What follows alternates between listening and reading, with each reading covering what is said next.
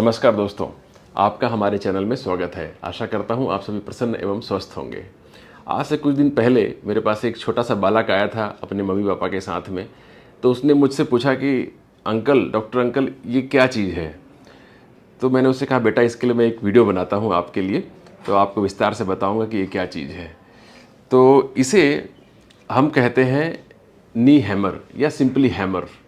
जितना महत्व एक फिजिशियन के लिए इस स्टेथोस्कोप का है, उतना ही इंपॉर्टेंस एक न्यूरो के डॉक्टर के लिए इस हैमर का होता है।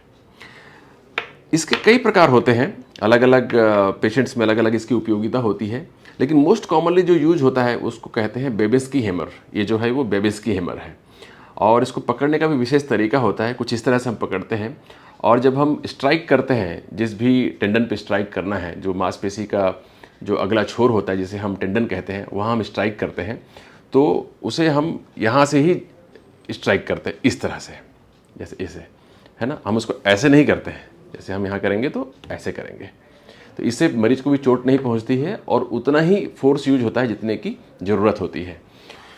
तो इस नी हैमर का क्या उपयोग है?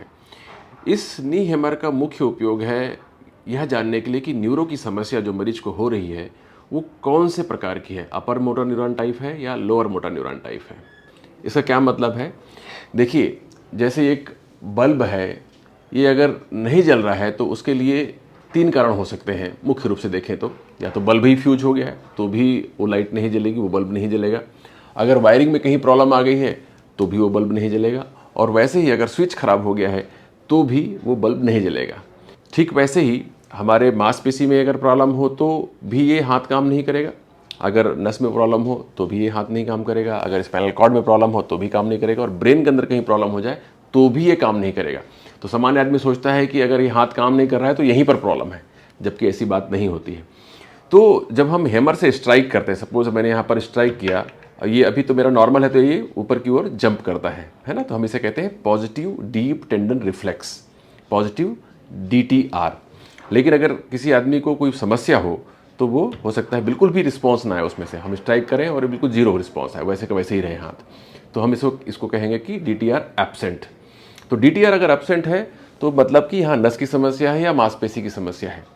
लेकिन अगर ये बहुत तेज़ी से करे, एकदम इतना ऊपर चला जाए, तो हम इसे कहते हैं एक्जजरेटेड DTR। इसका मतलब होता है कि समस्या या तो स्पाइनल कॉर्ड में है या तो फिर ब्रेन के भीतर है, और इसे कहते हैं upper motor neuron type of paralysis. मतलब हाथ वीक हुआ है स्पाइनल कॉर्ड की वजह से या तो फिर ब्रेन की वजह से। तो ये 2 महत्वपूर्ण काम ये आपका हैमर करता है, डिफरेंशिएट करता है। इसके अलावा अलग अलग जगह पर हम रिफ्लेक्सेस देखते हैं, जैसे ये, इसे हम सुपीरियर रिफ्लेक्स कहते हैं, इसे हम बाइसेप्स रिफ्लेक्स कहते हैं, जिसके लिए यहाँ स्ट्राइक करते हैं, और एक होता है यहाँ पर ट्राइसेप्स रिफ्लेक्स। तो इससे ये भी पता चलता है कि कौन से लेवल पे है, क्योंकि ये इसका लेवल अलग होता है स्पाइनल कॉर्ड में, इसका नियंत्रण अलग लेवल से होता है और इसका नियंत्रण अलग लेवल से होता है। तो किस जगह का रिफ्लेक्स आ रहा है, कौन सा रिफ्लेक्स एक्सजरेटेड है, इससे हम अंदाज़ा लगा सकते हैं कि कौन से लेवल पर एग्जैक्टली प्रॉब्लम है। वैसे तो आजकल इसका बहुत महत्व नहीं है, क्योंकि आजकल हम तो MRI वगैरह से पता लगा लेते हैं, लेकिन कई बार की इससे इन्वेस्टिगेशंस हमें कम करने पड़ते हैं अगर इस हैमर की मदद से हमें लेवल पता चल जाए। जैसे अगर हमें पता लग गया कि ये समस्या इस लेवल की है तो हम क्यों स्पाइनल कॉर्ड का MRI कराएंगे, क्यों हम ब्रेन का MRI कराएंगे। तो इस हैमर का ये फ़ायदा होता है कि मरीज का अनावश्यक टेस्ट नहीं होता है। तो एक तरीके से ये गाइड करता है हमें कि किस जगह का टेस्ट करा के बीमारी को कंफर्म करना चाहिए। तो ये बहुत ही इंपॉर्टेंट इंस्ट्रूमेंट है एक न्यूरो के डॉक्टर के लिए। तो ये इसका एक महत्व हो गया।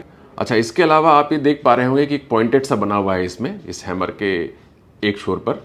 तो इसका उपयोग प्लांटर रिफ्लेक्स देखने के लिए किया जाता है। प्लांटर रिफ्लेक्स क्या है? तो जो हमारा तलवा होता है उसके आउटर एस्पेक्ट पे हम स्ट्राइक करते हैं, कुछ इस तरह से, जो एड़ी होती है उससे छोटी उंगली की तरफ। तो और उसके द्वारा हम देखते हैं कि ये जो अंगूठा है, जो ग्रेट टो है पैर का, वो ऊपर की ओर जा रहा है या नहीं जा रहा है, या उसका नॉर्मल रिस्पॉन्स है। अगर नीचे की तरफ जा रहा है तो फिर ये नॉर्मल रिस्पॉन्स है, लेकिन अगर ये ऊपर की तरफ जा रहा है तो इसे हम कहते हैं एक्सटेंसर प्लांटर रिस्पॉन्स। ये भी इंडिकेट करता है कि ये समस्या जो है स्पाइनल कॉर्ड के लेवल पर है या ब्रेन के लेवल पे है। तो एक तो ये हो गया। और कभी कभी आपके पास अगर कोई पिन वगैरह उपलब्ध ना हो तो इसका उपयोग आप पिन प्रिक देखने के लिए भी कर सकते हैं, अगर ठीक से पॉइंटेड है तो। पिन प्रिक का मतलब है कि इसको हम चुभा कर देखते हैं स्किन पे, और ये पता लगाने की कोशिश करते हैं कि मरीज को पेन परसेप्शन ठीक से हो रहा है कि नहीं हो रहा है। इससे हमें पता चल जाता है कि कौन सी नर्व अफेक्टेड है। तो इस तरह से ये बहुत ही मल्टीपर्पज़ हैमर है और ये एक न्यूरो के डॉक्टर के लिए एक इंटीग्रल इंस्ट्रूमेंट है।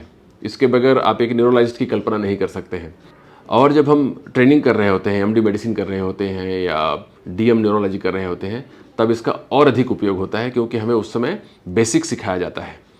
आज के ज़माने में तरह तरह के इन्वेस्टिगेशंस उपलब्ध हो गए हैं, बहुत सारे टेस्ट आ गए हैं, लेकिन इसकी उपयोगिता आज भी कम नहीं हुई है। आज भी आप देखेंगे कि हर न्यूरोलॉजिस्ट इसका उपयोग करता है, जहां उसे लगता है कि इसके द्वारा जो डिफरेंशियल डायग्नोसिस है, जो विभिन्न पॉसिबिलिटीज़ होती है बीमारी की, उसको नैरो डाउन करने में ये मदद करता है। और कौन सी जगह का टेस्ट कराना है, इसमें भी ये आपको गाइड करता है। उम्मीद करता हूँ आपको इस हैमर के बारे में जानकारी इंटरेस्टिंग लगी होगी।